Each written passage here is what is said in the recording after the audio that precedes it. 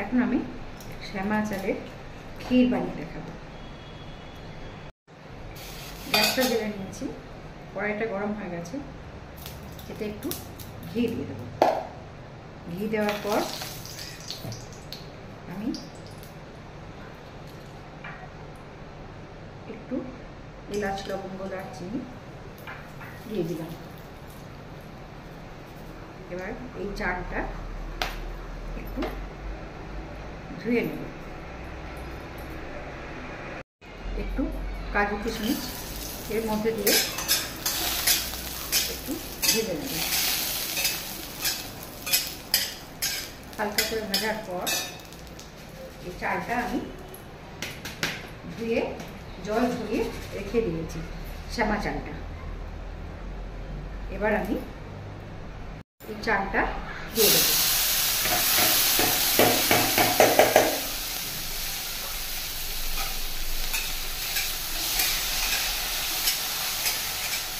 একটু নাড়াচাড়া করে দেব।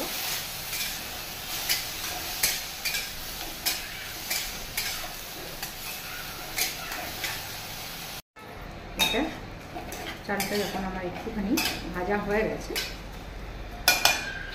তখন আমি এর মধ্যে দুধটা দিয়ে দেব।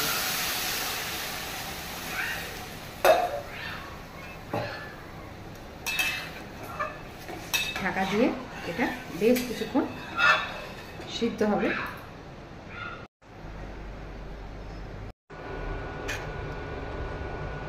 শ্যামা চালটা আমার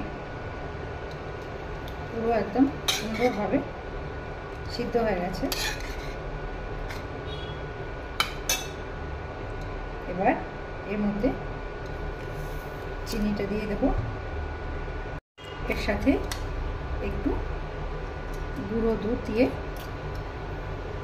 মিশিয়ে নেব।